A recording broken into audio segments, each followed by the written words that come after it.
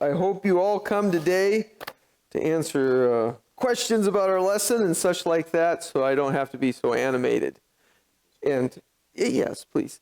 And my name is Kevin Rittberger, and I only teach this class every maybe 5-6 weeks. So if you don't, that's my name, Kevin Rittberger, and I go to this class, and sometimes I go to the one back over there, and there's a little room back behind you. And very rare, I'll help my wife in a class that she teaches some young kids.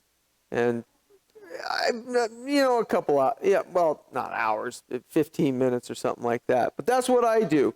So this lesson study that we're talking, it was about, Genesis. And again, I'm not going to pick on anybody here. There's a lot of material here, and I think that I know most of everybody that's here. So I think that in general, you've probably read Genesis before. So I'm going to read some of these texts. I'm not going to read them all, everything for the audience. And so, but anyway, looking over it, the lesson itself comes with a question at the bottom. And I thought it was surprising that if you do have a quarterly and you can look for yourself, there's only it's called the pink box at the bottom. There's out of 7 days worth of material here, I'm supposed to ask you 1, 2, 3, 4 questions. Well, I could easily talk for hours on 2 questions, but it's not fair for me, not fair for you, the audience, for me to just go, okay, let me read you the 3 chapters that we were going to read today. And that's not what you have showed up here for. But whoever put the lesson together, I'm stating, 4 questions of all this material? I would get very bored. You wouldn't want to come to my house for lunch or dinner, and I go, all right, you ask me 2 questions, I'll ask you 2 questions, and let's do another hour of this, and then you go. Okay, there's no fun with that. So I look at this. I never have done a book club in my life, but I look at the material here. It's fair that people come today and they know that this is the material we're looking at, just like a book club, so that I don't talk about my dog or my cat, and you would, as an audience, say, what does that have to do with the material? It's like a book club. We're 2 or 3 chapters in this book, or halfway through this book. We come to talk about the book. All right, so I'm going to talk about Abraham and a little bit about his nephew Lot, but this is about Abraham and the covenant. And in the last, year and a half, we've been at different times talked about the covenant, different covenants, and they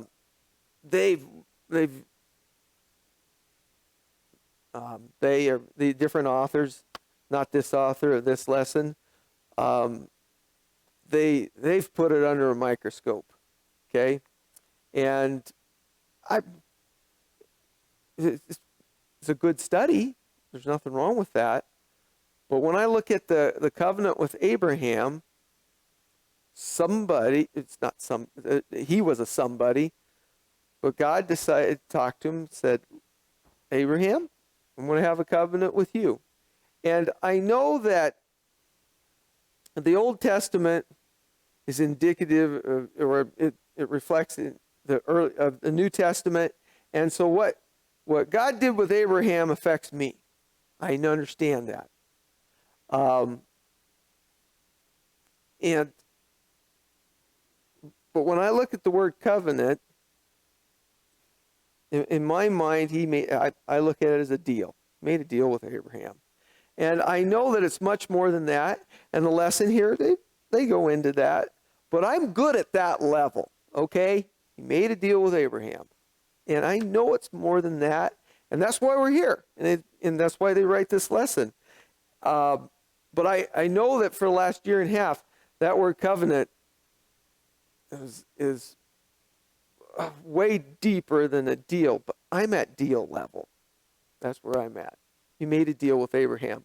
So the text that they give, and I follow this lesson chronologically.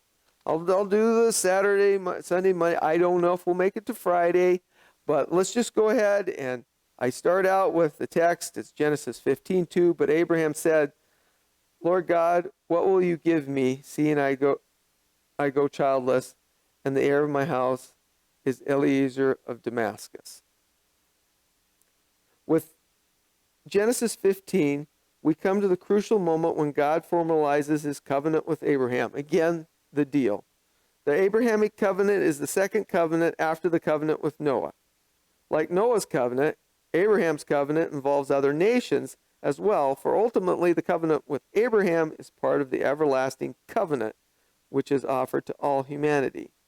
That comes from those references, Genesis and Hebrews. This episode of Abraham's life is full of fear and laughter. Now, this is a good part of this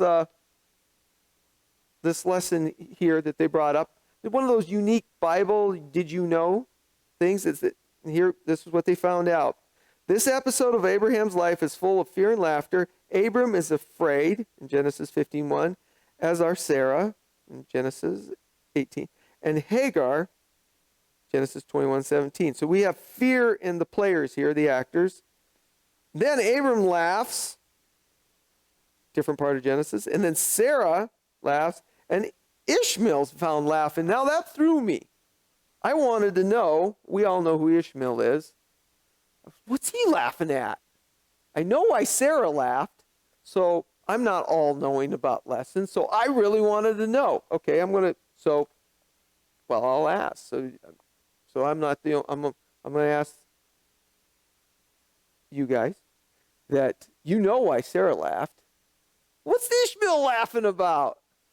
So I'm going to pick on, just get you in the back seat. I don't know you. You must be new. No, you, right there, you. I know you. What's Ishmael laughing about? Uh-oh. Yeah, I heard that. Yeah, I know. It said right here, Ishmael laughing in blah, blah, Genesis 21:9. Yeah, I've heard that. I just said that somebody seen him laughing. Okay, 21:9. And Sarah saw the son of Hagar the Egyptian, which he had borne unto Abraham, mocking.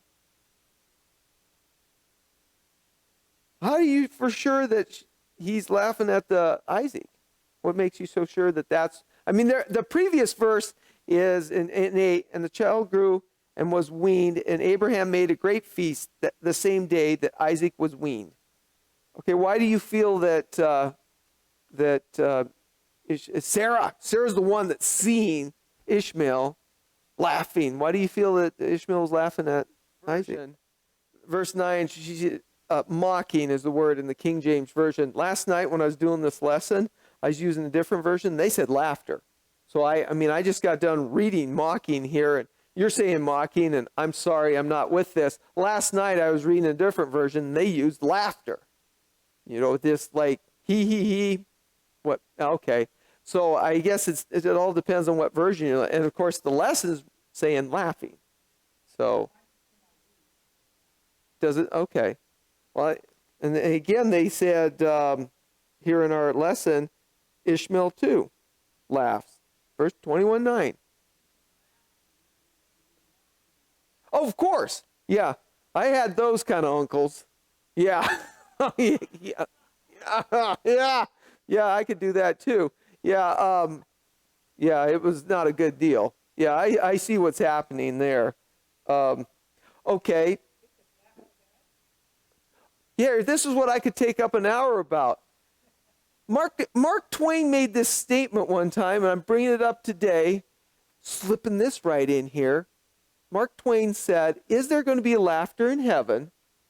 Because when you think about laughter, laughter is always about somebody's misfortune.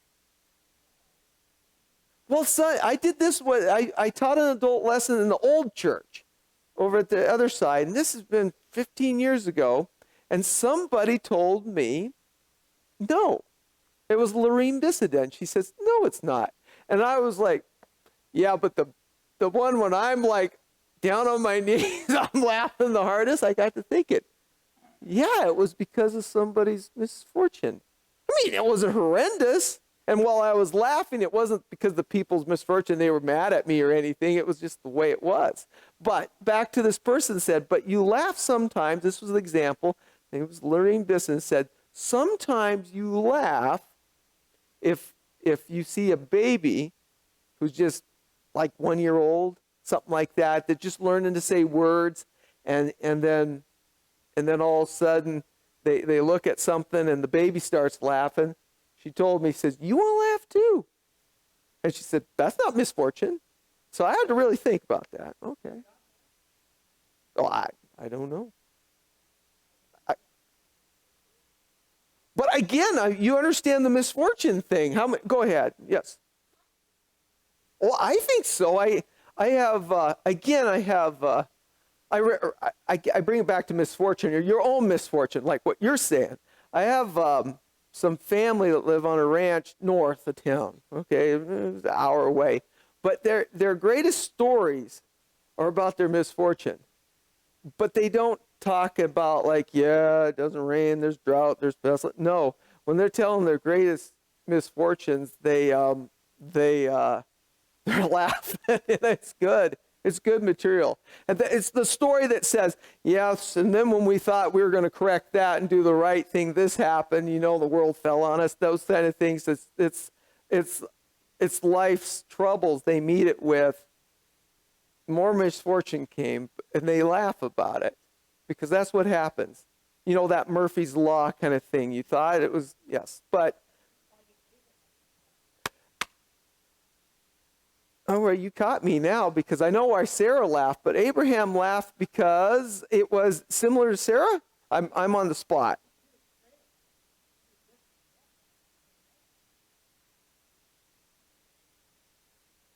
All right, guys. Abraham, Genesis 17:17.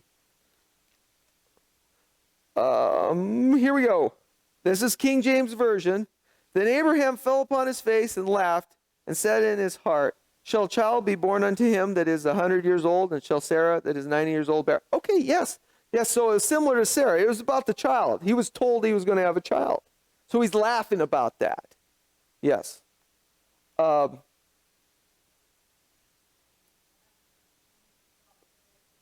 It's not going to happen. Yeah. No, it's not. Yeah, like I'm laughing. No, it's not. It's it's when you're dealing with a salesman that just told you the sticker price and says, yeah, we're looking at this. I think this will happen. Then you laugh and go, where are you getting that money? Just, where's that coming from? I don't have that. That's a laugh. Yeah, it's not going to happen. Now it's the microscope and you're dissecting this. He knows God real well. I don't think you should laugh at God, but he knows God. Like you said, he was the improbability. Yeah. So sometimes you go into deals like that too. You trust somebody and you know they're going to deliver, and then you laugh because I don't know how they're going to make it, but you know they're going to. There's that kind of laughter too. He looks down and he looks at everybody and goes, "You're going to do that again? That's not going to work." I know. Yeah, I think so. I don't think he tells jokes like I tell jokes. And, yeah, that kind of, well, not tell jokes, but I'm standing up front here. If I smile or whatever, doesn't mean you're going to smile. But I think he smiles. Yeah, I think so. All right, well, let's talk about, I'm just jumping around here. Without reading those verses, when Abraham, well, I have to. Let's talk about being the presence of God there. Abraham's in his tent, and those three people showed up. Am I right? Was there three? There was three. Now, I was reading a different version last night, and it said that, here we go. Let me get to the right chapter. I'm clear up in 17, guys. So I'm going to back it off. And, no,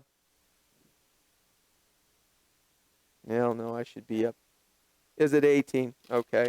And 18, and verse 2, and he lifted up his eyes and looked, and lo, three men stood by him. I thought that was interesting. I'm reading a different version last night, and I'm reading this King James version, and they said, and he lifted up his eyes and looked, and lo, three men stood by him. And when he saw them, he ran to meet them from the tent door. So again, Abraham's in the tent, and he looked up, and they're by him. I don't understand, when they did this, there's a bunch of English guys that did this King James thing. Why did they say stand by him, and then he ran to him? I mean, that kind of messes me up. I don't understand. And it's not huge theology, but you wonder. In my mind, these three strangers come down the road. But why did they say, and he lifted up his eyes and looked, and lo, three men stood by him. And when he saw them, he ran to meet them. Just something to throw out there. He felt that they were on his place. They're by him. They're on his place. But they're nearby? Okay. Right, yeah. Well, I would assume that from here to that wall, or at least from here to the baptismal over there, okay, it's not a big thing, but what? Yes. Okay, good point. And I'm supposed to repeat for the camera, so I'm going to repeat. But what was a farm, on the farm, and that's what I took from it. On the farm, you don't see people, and that they're by him means that, hey, there's some people on the place. I got some. Yeah, I'm going to meet. Yeah. So then he ran to him, but they're on the place. Right. Going with this? What's the big deal about seeing him by him? What was brought up in the lesson is that, and it's not me, but the person that wrote the lesson, and I kind of agree, he didn't see one of them being God or Jesus.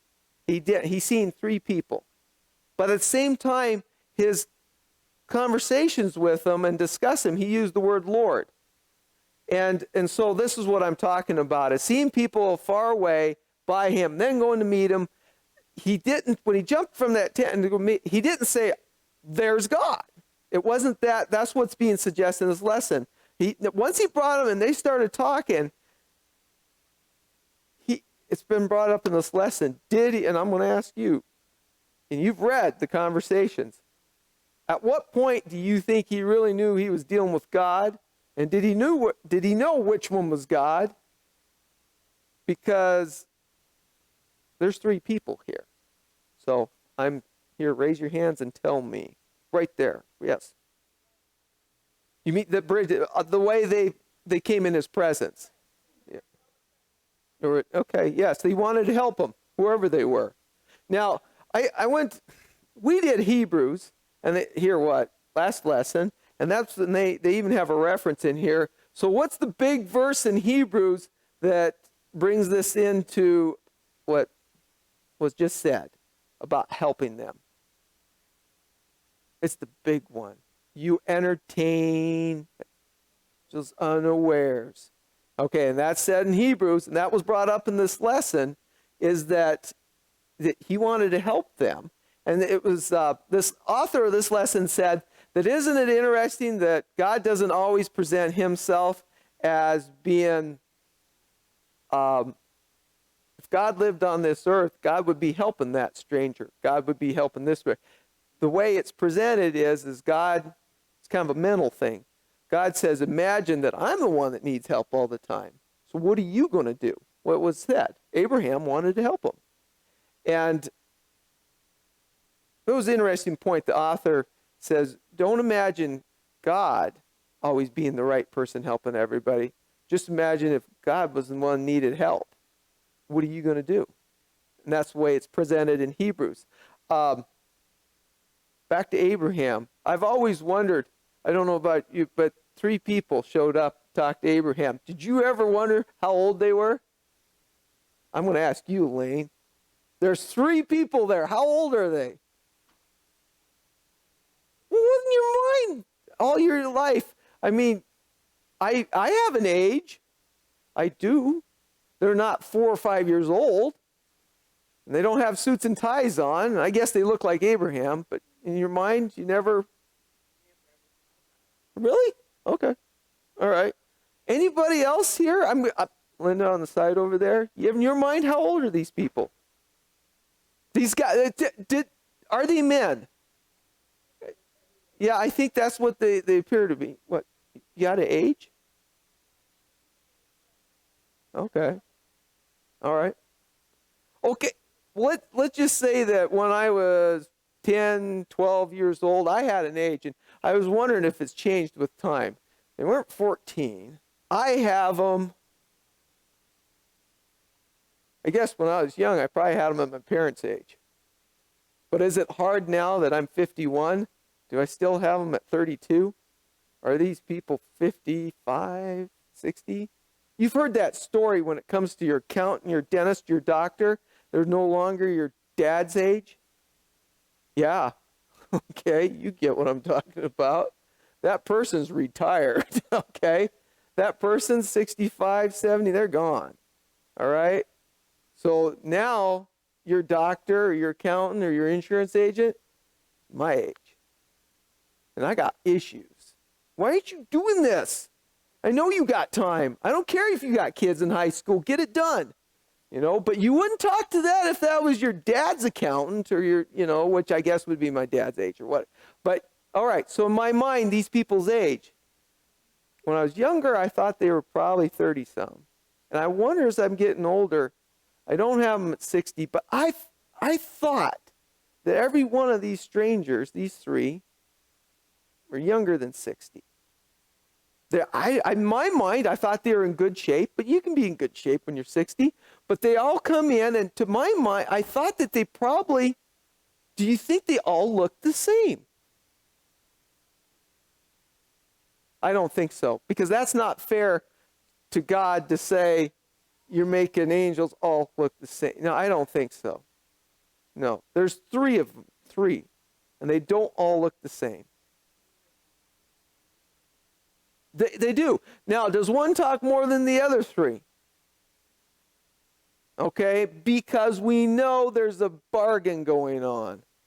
And I don't think the other 2 interject on the bargain. You know the bargain when Abraham starts making the bargain talk. Yes. You think that he's the one ultimately, well, he would have to be because he's God. Yeah, we're talking about he's the owner. You know, it's almost like dealing with 3 people on buying a vehicle or something. Eventually you look over, okay, which one of you owns this? I'll talk to you. And he's making that bargain. You know the bargain. How many people would I say, you know, save? And Abraham says, I don't have the numbers in front of me, but he gets down. Go ahead. No, she's back and get some food. All right, without me looking, and I'm not that good, what person is the person that said, hey, you laughed? Is that person the same one that dealt with Abraham on the numbers and, you know, and to save Sodom? Was that the same person that said, no, you did laugh? Or is that, which 3? You see where I'm going with this? There's 3 people, but the conversations they're having, they're talking about Sarah, you laughed, and the conversation, just a second, right there. Go ahead. Yes, go ahead then. What was said for the camera up there is that ageless. These strangers are ageless. Same as what you're going to be in heaven. So, the two, in your mind, I know it's hard for me to look this way and that way, I'm sorry. But in your mind, talking about these people, did it seem to you that when they sat down and ate, like, hey, it mentioned that, did he kill a fatted calf or a kid? A kid, was it a goat? Yeah, I think it was a goat. And then they, the whole meal doesn't really reflect, there's no theology with the meal. I just brought up that they were going to eat, and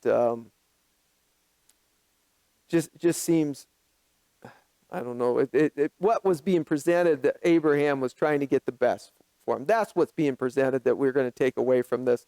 Here, I have some food for you. We need to eat, which was good. Go ahead. Best he had. Yes, he gave it best. And that's what's that I come away with that. He told the person, well, get something good for these guys to eat. And okay, side note, here, I was talking to my kids this morning. We rounded this corner, and we live up by Custer State Park, and there's some gravel roads, and we're close, say a mile out, and there was this camper parked along the edge of the road, and they must have spent the night. There's a little pull-off there, because they had the Honda generator out, too. And kids said, and they understand the way Custer State Park works. Well, yeah, if you get up there, you got to pay. They going to just live there? And I said, well, tell you what, I've drove a truck before, and a lot of Walmarts will let you park your truck, a semi, big, and you can stay in that parking lot. And sometimes you want to just stay the night. So I said, that's no big deal. That's not a big deal. I mean, if it's all summer long, they might have to, it's an issue with the right-of-way and, the county, that kind of thing. But I said this. I said, you see where that's parked? I said, unknowns to me, I found out through my family, where that was parked, just like on the edge of this building, there's a creek right there. I said, over there, back in the 1940s, there was a log cabin. I never seen it. Was tore down. And my grandpa owned that ground. And my dad had told me, he was like 5 years old. He said this family come in. There was a husband and a wife and a little kid. And they asked the grandpa, can we stay in that cabin? And we're talking like mouse-ridden. It was summertime and it was warm weather. I mean, you're talking, was there even wood floors in it? And when we say cabin, it was probably 20 by 20, a shack. And so anyway, what's that I'm looking for? This camper RV parked there. And I mean, you could look across, and I mean, we're talking 70, 80 years ago. We can get back to 1948. There was another little place right there, and this family come through, a husband and wife and a little kid. And my grandpa said, yeah, you can stay there. And they stayed there that summer. They were just there, and then they moved on. And my grandpa owned that. And I was talking to my kids, and I said, about this, were they angel unawares? I don't know. But you looked at things different like that. I mean, you had to look at things. Back then, if you were a stranger, there was transient nature. But strangers were taken as not people that would take advantage of you. So there was that idea that if you helped somebody, they're probably living a lifestyle that you don't want, that transient nature. But in the 1940s, they're not going to take advantage of you. So that idea, I can help you. But likewise, I got to thinking, too, it was a meaner world, too. It was mean back then. So you see, it's really nice. So you say, how can you have it both ways? Well, the mean thing is that, say my grandpa wanted to end that deal. He didn't have to call a sheriff's deputy up. He could go down there. I'm not saying he's like that. But you could go down and talk to somebody very mean, not get in trouble. Nowadays, you get in trouble if you talk to people mean. Political correctness. He could have gone, you get out of here, you get your stuff, there's no so I was looking in the 1940s. It was really a nice world. People don't do that. Here, yeah, you want to live there? Live there this summer. Okay, it wasn't close. It was a mile or two from the nearest home. So it was actually a nice little place for this family to be. Well, anyway, back to where I'm digressing, but this Abraham being mentioned over here, he helped these people. Today, I was thinking, do I get the best food out? Well, I probably do, in a way, because food's cheap. Tell you what's hard. The hard thing is food's cheap, clothing's cheap, time. That's where it's at. Yeah. Yeah. That's what I thought. I thought their presence, it doesn't look like they're sheep herders looking for a job. No, I always thought in my mind that these guys are walking up and they don't look into my mind. This is my mind. They don't look intimidating. But it looks like they're all business. That was just my mindset. But I could be proven wrong by your guys, but that's what I looked. So when he ran over there, it looked like you need to talk to these guys. That's what I thought.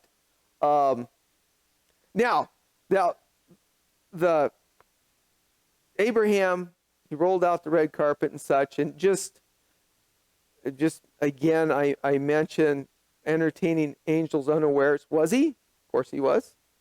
And I'm not up front here trying to say that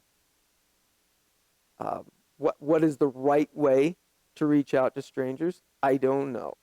The best you can do is if you see somebody in need, if somebody's cold, they might need a coat.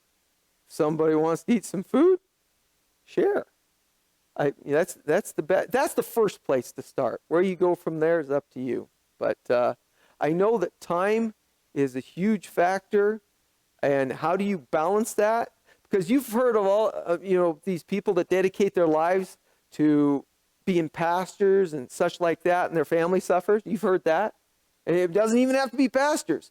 It's people that have dedicated their lives, and they do good things, their job, and things suffer. So it's a hard balance to always reaching out to, could that stranger be an angel? Could that, I don't know if you live your life based on that, you're going to still have to find a balance. There's got to be a balance.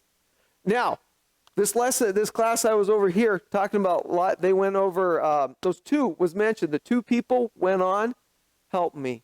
Was it Sodom or Gomorrah? I think it's Sodom. Both of them. But they met Lot in which town? No, Lot. Yeah, help me. Sodom. Yeah, I went on to Sodom. Now, it was mentioned, I was in a lesson, and they're actually studying Hebrews.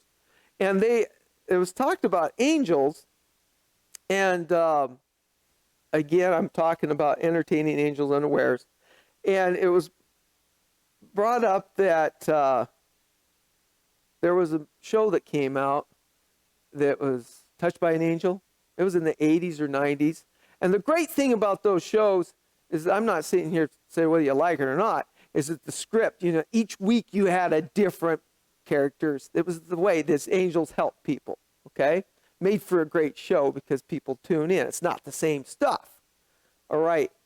The way the show, it doesn't matter, but when the angels went to Sodom, see Lot, who was trying to help who? There's angels, there's Lot and his family. Who's helping who? Now, God sent the angel, but when you see the story and they go to Sodom, okay, and you're seeing these two, I'm going to say two guys in my mind, angels, the way the story's presenting itself, who starts helping who? Yes, that's what I'm saying. So I mentioned, I'm talking this lesson, this other lesson, I said, this is the kind of way that show went. I watched some of those shows, as they present that people naturally want to help angels. and that's the way the show did. I'm not saying it's biblically correct, or they tried to be, but that makes for good story. Lot tries to help angels. That's just, he doesn't see them as being angels, but he says, I can help you. Yes, he's trying to help strangers. Yes. But these are angels. At any time did the... Yes, he didn't know they were angels, but did these angels ever present themselves as being, hey, no, we can help you. You don't need to help us. No, they didn't. The angel said, what? Toward the end, but at the beginning, they went, sure, help us. That's what I'm presenting. These angels were not saying we're better than you, we're going to help. They're just like, we'll take your help. That's the way. And there was, I don't know if it was hours, minutes, but these angels there was nothing about these angels that Lot didn't see as like, you're strangers, you need help. They didn't show their cards. Well, I thought in my mind, as I see these angels come in this city, somebody would say that, well, they had to be incognito, fly under the radar, let Lot help them. But I do see, in my mind, I'm seeing two guys that took his help, and eventually they let him know, we're here to help you. And what was brought up in that other lesson study I was doing is that maybe when we entertain angels unawares, there might not be a time that they'll go, no, we're here to help you. I might not see that. That Hebrews text I'm talking about, it's presented that you're going to help angels unawares, but you'll never know. So I have 10 minutes. I tell a silly story every so often. I would hope it's silly enough that you would get tired, because if you don't hear it, then it doesn't mean anything. But I've told it before. I know some of you have heard me tell this, and I probably didn't entertain angels unawares, but here's my story. I was at thrift center, grocery store, and I had to get across town, and I had 2 items, and I had to time. It was noon. And I was in a line, and I was waiting, and it was third, fourth, and I got up to the till there. I was close. I wasn't at the till. There was a young gal in front of me. This was back when I was 28, 29 years old. And this young gal in front of me must have been in her early 20s. And I've been there before, going through, and she had 1 item too, or 2 items. And she was looking through her pocket, and she needed, maybe she had 4 items. She needed $3. And I was looking at my watch there, and it was just $3. And I've been there. I don't know how many people ever left stuff right there in your life before there was credit cards. Just like, oh, just keep that. Raise your hand. I have. There's nothing embarrassing about it. There you go. There, that's fair. I'm glad you said that, because I've done it at least 4 times in my life. It's almost like, I'll pick one, keep that. That's no problem, okay? It's never been shampoo. Okay, I'll take that. But anyway, this gal, $3. And I was like, and she's fumbling in her purse. She's a young gal. And she had a purse. I mean, just what, and she's looking. And finally, and the person, there was a lady running the till there. She was probably in her 50s. And just no animation. It's like, she'll check anybody out. You know, that kind of thing? Just, I'll check anybody out. And I looked over, and I go, at the time, and I'm going, I could solve this. Grab $3. Here. I give, and you know what? The till lady, the young girl was still looking at her purse, and she looks up. I said, I got this. And this till lady, she did this. Gone. Okay? But with no real frustration. And anyway, you're done. And I thought to myself, for $3, I'm going to make my 1 o'clock appointment. Maybe it was an accountant or a doctor, but I had to be somewhere. For $3, I make my appointment. Okay? And that's a no-brainer.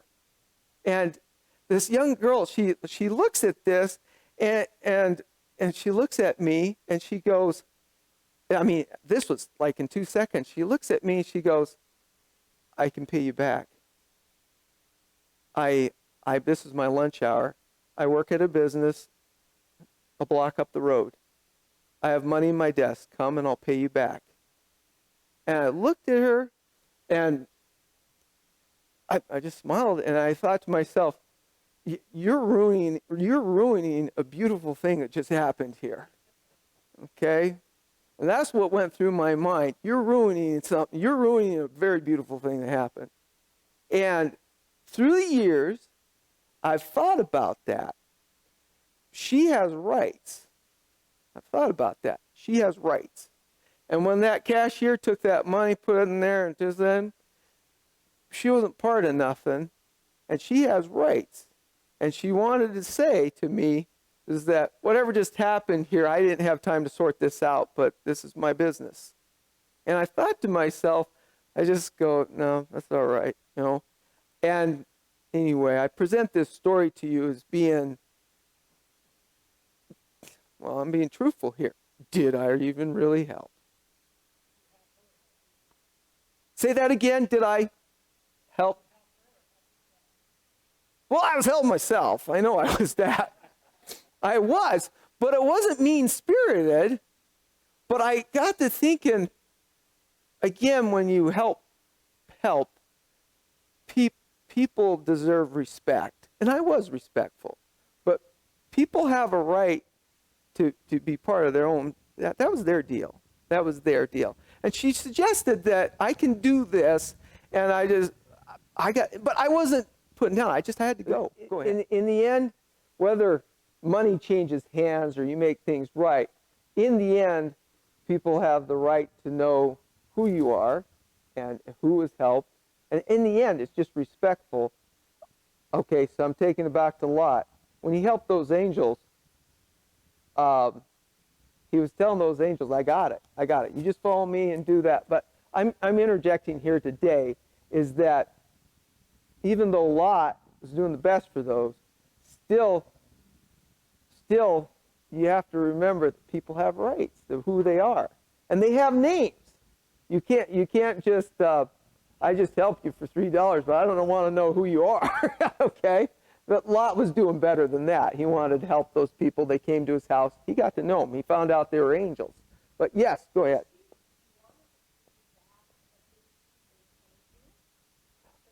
Oh yeah, she was to finish the story right is that she was very embarrassed.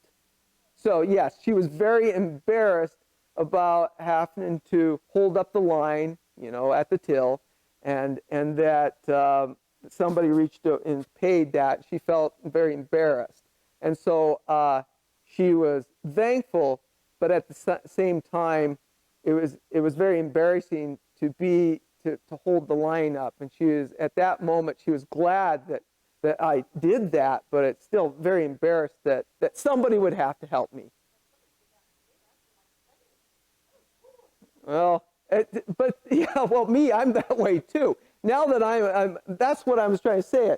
$3 get me through the line. I mean, I presented this before. If we could all be that way, we would the world would just work so smoothly.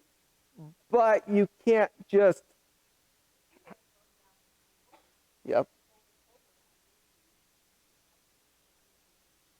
But yes, maybe, yeah, I think, no, she was very happy, but very embarrassed. But I just want to just present the idea. In my mindset, I was trying to tell you guys that if this whole helping, if we're all very efficient, all the lines will move and we're helping each other, but it doesn't work that way. Sometimes you help people and you take time and you don't get that time back. Maybe it'll be more money next time or something. But I present this story kind of laughingly that helping is not about an efficient level of running this world or whatever. Sometimes you just help. That's what I'm presenting now. I was young, and I thought this was a very efficient process. If we all carry a little extra money, we'll all get through that checkout line. Life will be so much easier. But it don't work that way. So that's why I presented the story. I got like 4 or 5 minutes left. Is there anything that I didn't bring up in here about Lot and Sodom and Gomorrah or Abraham and his covenant? Because I think I got 4 minutes. What? Abraham, oh, that one's always the good deal. What is your take on that? Abraham bargaining with God? Oh, I'll say to the camera, is it all right to bargain with God like Abraham bargained with God? Yes, Mr. Cooper, right there. Were you going to say something? The only